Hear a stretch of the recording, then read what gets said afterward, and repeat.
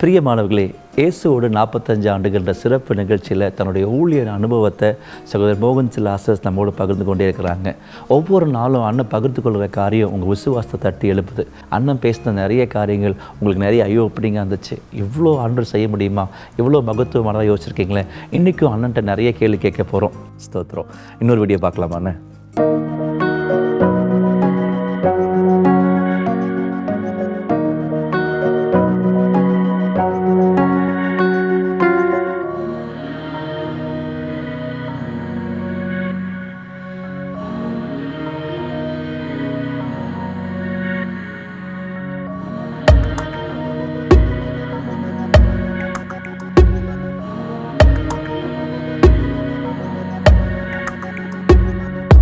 நம்ம ஊழியத்தில் அக்கா ஒரு முக்கியமான ஒரு பொறுப்புண்ணா. இவ்வளோ ஊழியம் பிரம்மாண்டமாக வளர்ந்துருக்குன்னா, இவ்வளோ ஆசீர்வாதமாக இருக்குன்னா, இதில் அக்காவுடைய பொறுப்பு மெயினான ஒரு பொறுப்பு இருக்குண்ணே. நீங்கள் சொல்ல முடியுமா அக்காவுடைய காரியங்களை குறித்து? 78 நம்ம ஊழியம் ஆரம்பிக்கப்பட்டார். 79 எங்களுக்கு மேரேஜ் நடந்தது. எனக்கு அப்போ உடனே மேரேஜ் பண்ணணுன்னு விருப்பம் இல்லை. இப்போ தான் ஊழியம் ஆரம்பிச்சிருக்கோம், ஒரு 3-4 வருஷம் ஆகட்டும், ஊழியம் செய்து அதுக்கேற்றபடி கத்தர் செய்யட்டும் அப்படின்ட்டு. என்னுடைய பெற்றோர் இல்லை மேரேஜுக்கான ஒரு காரியம் நல்ல ஒரு ஃபேமிலியிலேருந்து வந்திருக்குது அப்படின்ன உடனே கட்டாயம் பண்ணிடுறோன்னு சொல்லி அவங்க பிடிவாதமாக பேசினாங்க. அப்போது முதல்ல நான் மாட்டேன்னு தான் சொன்னேன் நான். ஏன்னா இப்போ வேண்டாம், நம்ம கொஞ்சம் பிந்தி பார்க்கலாம், ஆனால் இப்போ தான் ஊழியம் ஆரம்பிச்சிருக்கு, இன்னும் 2-3 வருஷம் ஆகட்டும், அவசரப்பட வேண்டான்னு நான். அப்போ எங்கள் அப்பா அம்மா எல்லாம் குடும்பத்தெல்லாம் இந்துக்கள் தான் அப்போ. ஆனால் அவங்களுக்கு மேரேஜ் வச்சிடணும் அப்படின்ட்டுன்னு. அது இவங்க பெரிய குடும்பம், பணக்கார குடும்பம் வேறு. அது வேறு எனக்கு பயம். நம்ம ஒரு ஏழை குடும்பம் தான் ஊழியத்துக்கு சரியாக வரும், பணக்கார குடும்பத்தில் வந்தால் கஷ்டம், அதனால் வேண்டாம் அப்படின்னு தான் நான் பேசினேன் அவங்ககிட்ட. ஆனால் அவங்க பிடிவாதமாக இருந்தாங்க. அப்பா அம்மா இல்லை செஞ்சிடணும் அப்படின்ட்டு. அப்போ நான் ஆண்டவர்கிட்ட போய் கேட்டேன், என்ன செய்கிறது ஆண்டவர் அப்படின்னு. ஆண்டவர் சொன்னார், பெற்றோருடைய விருப்பத்துக்கு விட்டுரு, let them do, அவங்க செய்யட்டும் அவங்க கடமையை, நான் அதில் என்னுடைய சித்தத்தை நான் நிறைவேற்றுவேன், நீ விட்டு கொடுத்துரு அப்படின்னு சொல்லி. ஆனால் ஒரே ஒரு கண்டிஷன் சொன்னேன், நீங்கள் வரதட்சணை பேசக்கூடாது, நகை ரொக்கம் இதெல்லாம் எதுவும் பேசக்கூடாது. அவங்க மகளுக்கு என்ன செய்யணுமோ அவங்க செஞ்சுட்டு போட்டோம், நீங்கள் டிமாண்ட் பண்ணுறது கேட்குற எதுவுமே செய்யக்கூடாது அப்படின்னா நான் சம்மதிக்கிறேன்னு சொல்லி அந்த ஒரு கண்டிஷன் தான் வைத்தேன்.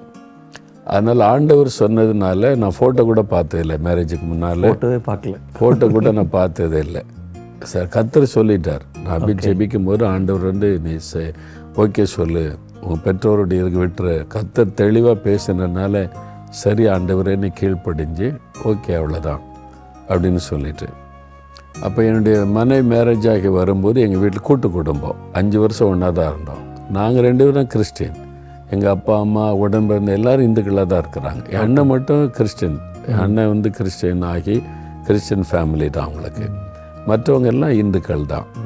அதில் ஒரு மனைவி இருக்குன்னா ரொம்ப கஷ்டம். மத சம்பந்தமான இருக்குது, கலாச்சார பிரச்சனைலாம் இருக்குது, ஃபேமிலிக்குள்ள வித்தியாசம் இருக்குது, இந்துக்களுடைய முறை வேறு, கிறிஸ்டின்ஸ் முறை வேறு, அதெல்லாம் இருக்குது. அவ்வளோ மத்தியில் இருந்த என்னுடைய மனைவி அப்போது அந்த டைமில் எங்கள் வீட்டில் பாத்ரூம் கூட கிடையாது.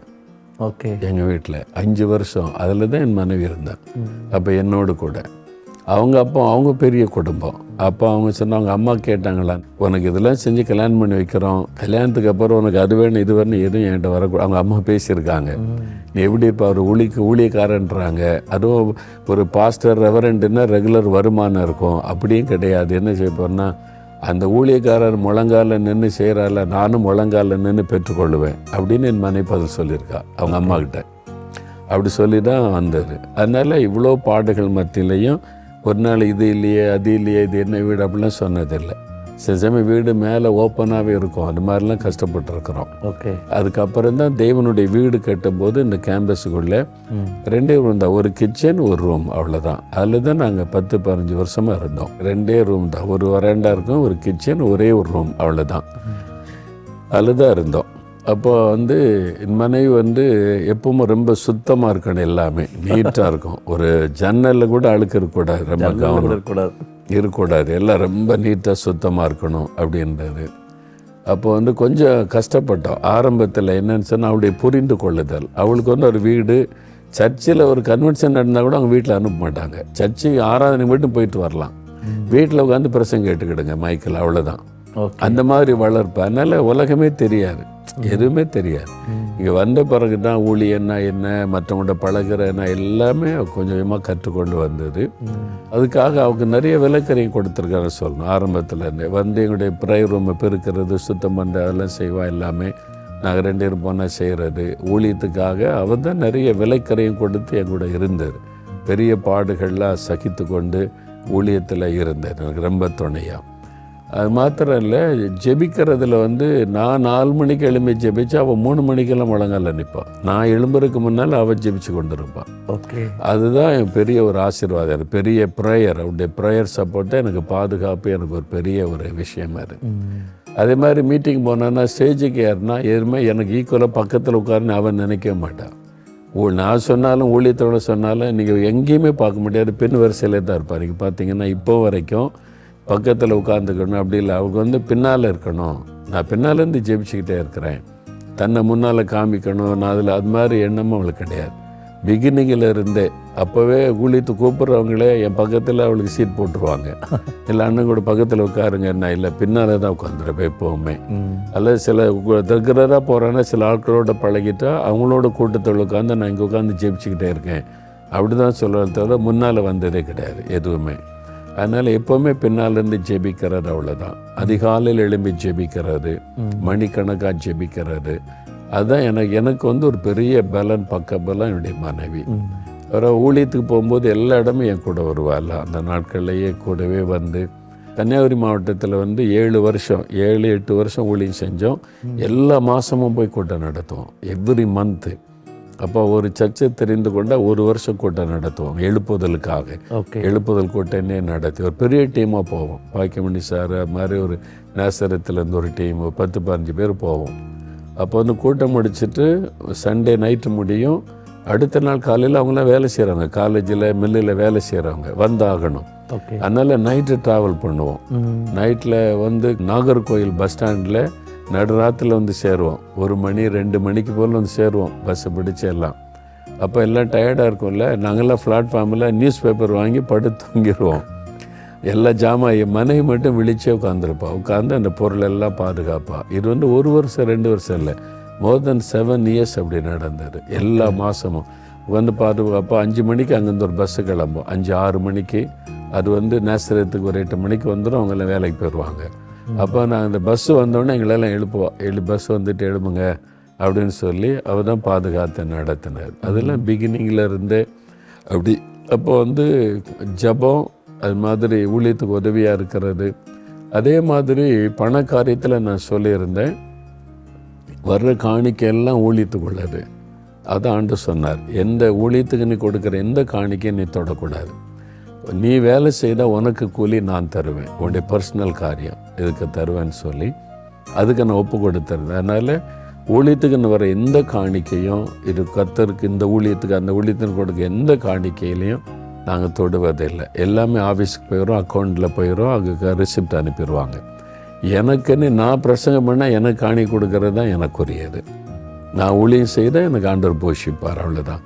என் மனைவிக்கும் தெரியும், அதில் அவளும் உறுதியாக என் கூட ஒரு மனமாக எதுவுமே நம்ம கர்த்தருடைய பணம் எதுவும் நம்ம வீட்டுக்கு வந்துடக்கூடாது. நம்ம பணம் ஊழியத்துக்கு போகலாமல் ஊழிய பணம் வீட்டுக்குள்ளே வரக்கூடாதுன்றதில் என் மனைவி அதில் உறுதியாக இருக்கிறதுனால தான் ஒன்னஸாக நாங்கள் ஊழியம் செய்ய முடியுது. இல்லை இவ்வளோ காணி கொடுக்காங்களே நமக்கு கொஞ்சம் எடுத்துக்கிட்டா என்ன, அந்த சிந்தை அந்த எண்ணெல்லாம் வரல. இல்லை கர்த்தருடைய ஊழிய பணம் தொடக்கூடாது, அது ஊழியத்துக்குள்ளது அப்படின்றதில் அவளும் கவனமாக இருப்பாள் இன்றைக்கு வரைக்கும். அதனால தான் ஒரு மனமாக நாங்கள் வந்து இந்த ஊழிய காரியத்தில் ஒரு பிரச்சனை எல்லாம் போயிட்டே இருக்கிறது. கர்த்தருடைய பெரிதான கிருபையில் அக்காவும் கூட இருக்கிறது ஒரு பேக் போன் மாதிரி இருக்காங்க. எல்லோரும் சொல்லுவாங்க, ஒரு மனுஷனுடைய சக்ஸஸ் பின்னால் ஒரு பேக் போனாக ஒய்ஃப் இருப்பாங்கன்னாங்க. அக்காவுடைய ஜெபம், அவங்களுடைய உதாரணத்துமான நிறைய காரியங்கள் விளக்குறையம் தான் ஒரு பெரிய ஆசீர்வாதமாக இருக்குது. கண்டிப்பாக இதை பார்க்குற நிறைய ஊழியக்காரங்களுக்கும் ஊழியக்கார மனைவியாக இருக்கும் ஆசீர்வாதமாக நான் விசுவாசிக்கிறேன். அக்காவுடைய வாழ்க்கையில் அவங்களுடைய விளக்குறையம், அவங்களுடைய தியாகம், நிறைய காரியங்களை சொன்னீங்க. நீங்கள் ஏதாவது ஒரு காரியம் அக்காவுடைய வாழ்க்கையில் பார்த்து நீங்கள் ஆச்சரியப்பட்டது ஏதாவது காரியம் இருக்கா? சில காரியம் சொல்ல முடியும். ஒன்று வந்து ஒரு புருஷனுக்கு செய்ய வேண்டிய கடமைகளை நிறைவேற்றுவது, சரி, அது அவளுக்குள்ள காணப்பட்ட விசேஷமான காரியம். என்னன்னு சொன்னால், நான் சின்ன வயசில் விவரம் தெரிஞ்ச நாள்லேருந்து எங்கள் அம்மா எங்களை பழக்கினது. நாங்கள் சாப்பிட்ற தட்டு நாங்கள் தான் கழுவி எடுத்து கொண்டு உட்காரணும், தண்ணியோடு வந்து உட்காரணும், சாப்பிட்டு முடித்தோடனே கழுவி கொண்டு போய் அந்த இடத்துல வைக்கணும். இது எங்கள் அம்மா எங்களுக்கு கற்றுக் கொடுத்தது. அவங்க பிளேட் எடுத்து தரவும் மாட்டாங்க, அதை நீங்களே செய்யணும் அப்படின்னு உருவாக்கணும். அப்போ எனக்கு விவரம் தெரிஞ்ச நாள்லேருந்து அப்படி தான் பழக்கம். அது மாதிரி ஷர்ட்டு இதெல்லாம் துவைக்கிறது. ஓகே. எங்கள் அம்மா சின்ன வயசில் கூட்டி கொண்டு போய் எப்படி துவைக்கணும், காலரில் அழுக்கு இருக்கும், எங்கெல்லாம் அழுக்கு இருக்கும் அதெல்லாம் தேய்ச்சி எப்படி சுத்தமாக துவைக்கணும் சொல்லி கொடுத்து, எங்கள் ட்ரெஸ்ஸை நாங்களே துவைக்கணும், காய போடணும். சாயங்காலம் ஸ்கூல் முடிஞ்ச வந்தோன்னே வந்து அது எப்படி மடிக்கணும்னு சொல்லி கொடுப்பேன். நாங்களே மடித்து எங்களுக்குள்ளே பீரோவில் வைக்கணும். காலையில் எழுந்தவுடனே எங்கள் பெட்டெல்லாம் மடித்து வச்சு கரெக்டாக எங்கள் அம்மா பழக்கினது சின்ன வயசுலே. அப்போ எனக்கு விவரம் தெரிஞ்ச நாள்லேருந்து பிளேட் கழுவுன நான் தான், ட்ரெஸ் துவைச்சது நான் தான். எனக்கு மேரேஜ் ஆனதுலேருந்து என்னை என் மனைவி என் பிளேட்டை கழுவ விட்டதில்லை, ட்ரெஸ்ஸை துவைக்க விட்டதும் இல்லை இன்றைக்கு வரைக்கும். அவர் பிளேட்டை கழுவுறது, எடுத்து வைக்கிறது, அப்புறம் துணி துவைச்சி அயன் பண்ணி எல்லாம் வைக்கிறது எல்லாம் என்னுடைய மனைவி தான். ஒரு நாள் கூட அதுக்கப்புறம் நான் செஞ்சதே இல்லை. அடுத்தது வந்து ஊழியத்துக்கு அழைப்போர் அவளுக்கும், அவளை பிரசங்கம் பண்ணுறதுனால வாங்க அப்படின்ட்டேனே. எந்த அழைப்பு வந்தாலும் அவள் வந்து அவ்வளோ தீர்மானம் எடுக்க மாட்டாள். அண்ணன்கிட்ட கேட்டுக்கிடுவோம், என்கிட்ட வந்து லெட்டரை கொடுத்த மாதிரி அழைப்பு வந்திருக்கு, என்ன செய்கிறது, நீ ஜெபம் பண்ணிவிட்டு ஆண்டவர் போக சொன்னப்போ அப்படின்னு சொன்னால் உங்கள் ப்ரோக்ராம் சொல்லுங்கள் அப்படின்னு கேட்பான். எதுக்கு அப்படின்னு கேட்டால், நீங்கள் எங்கே வெளியே ஊழித்து போகும்போது நான் ஜெபம் பண்ணிவிட்டு அங்கே போகிறேன், நான் வீட்டில் இருக்கிறேன்னு என் மனைவி எங்கேயும் ஊழியத்துக்கு தேதி கொடுக்க மாட்டான். ஏன்னா எங்கள் ஹஸ்பண்ட் வீட்டில் இருக்காங்க, நான் தான் அவங்கள கவனிக்கணும், அவங்க வெளியே ஊழித்து போகிறாங்க, இருக்கிறது கொஞ்ச நாள், அந்த நாளில் நான் இருந்து எல்லாம் கவனிக்கணும்னு சொல்லி தேதியே கொடுக்க மாட்டான். அப்போ நான் தான் சில சமயம் கட்டாயப்படுத்தி அனுப்பியிருக்கிறேன். இப்போ மகா வந்துட்டா இருக்கிற, நாங்கள் சாப்பிட்டுக்கிறோம், நீ ஒரு ஊழியத்தை முடிச்சுட்டு வான்னு சொல்லி. மற்றபடி அவள் வந்து நான் ஊரில் இருக்கிறேன்னா எந்த கூட்டத்துக்கும் ஊழியத்துக்கு போக மாட்டாள். அவள் சொல்ல, என்னுடைய முதல் ஊழிய கணவருக்கு நான் துணையாக இருக்கிறது, அவங்கள பராமரிக்கிறது, துணையாக இருக்கிறது தான் எனக்கு ஆண்டு கொடுத்த முதல் ஊழியம். ரெண்டாவது தான் நான் பிரசங்கம் பண்ணுறது.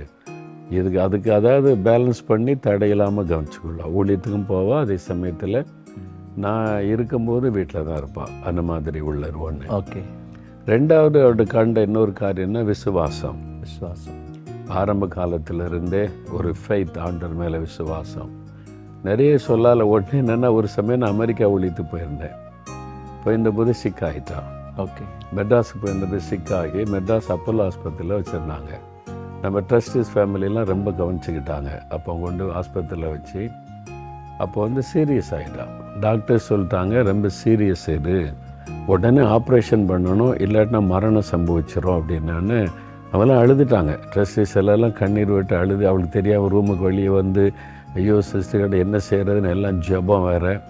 அப்போது டாக்டர் சொல்கிறாங்க, ஹஸ்பண்ட் இருந்தால் ஹஸ்பண்ட் வந்து கையெழுத்து போடணும், அவங்கள்ட்ட பெர்மிஷன் வாங்கி தான் ஆப்ரேஷன் பண்ண முடியும், ஹஸ்பண்டை வர சொல்லுங்கள் அப்படின்ட்டு. நான் அமெரிக்காவில் ஊழியத்தில் இருக்கேன், எனக்கு எல்லாம் தெரியாது.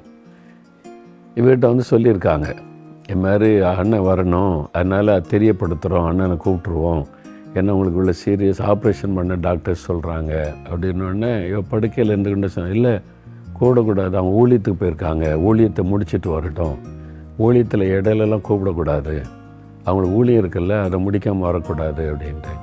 இல்லை உங்களுக்கு இப்படி சொல்கிறேன், அதெல்லாம் எனக்கு ஒன்றும் செய்யாது அப்படின்னு. டாக்டர்ஸ் வேறு குழம்பிட்டாங்க, என்ன தீர்மானம் எடுக்குன்னு தெரியல. அவங்க வெளியில் டெஸ்டிஸோடு நம்ம பேசுகிறாங்க, ரொம்ப சீரியஸ் சிஸ்டருக்கு அது தெரியல, இது வந்து நாளைக்கு ஒன்று ஆச்சுன்னா நாங்கள் ஒன்றும் செய்ய முடியாது, அதனால் உடனே தீர்மானம் எடுக்குன்னு எல்லோரும் போயிருக்காங்க, டாக்டர்ஸ்லாம் அவனை பேசியிருக்காங்க. இவ சொல்லிவிட்டா வந்து, இல்லை ஊழியத்துக்கு போன என் ஹஸ்பண்டை கூப்பிடக்கூடாது, அவங்க ஊழியத்தை முடிச்சுட்டு வரட்டும், உங்கள் காரியம் எனக்கு காரியெல்லாம் ஆண்டவர் பார்த்துக்குவார், நீங்கள் போயிட்டு நாளைக்கு வாங்க, நாளைக்கு வந்து செக் பண்ணிவிட்டு சொல்லுங்கள் அப்படின்னு அனுப்பிட்டா. எல்லாத்தையும் போங்க அப்படின்னு. இவங்களும் ஒரு பக்கம் பயம், ஏதாவது ஆயிருமோ என்ன ஆயிருமோன்னு பயம். டாக்டர்ஸ் எல்லாம் குழப்பத்தோடு பேசிட்டு போயிட்டாங்க. சரி நம்ம என்ன செய்ய முடியும், அவங்க சொல்கிறாங்களேன்னு. நெக்ஸ்ட் டே வந்து பார்த்தா, இன்றைக்கி ராத்திரியில் அவன் ஜெபம் பண்ணியிருக்கிறான், நான் உடைய ஊழியம் செய்கிறேன், உடைய ஊழியக்கார் ஊழியத்துக்கு போயிருக்காங்க, என் காரியத்தை நீங்கள் தானே பார்க்கணும் ஆண்டவரேன்னு.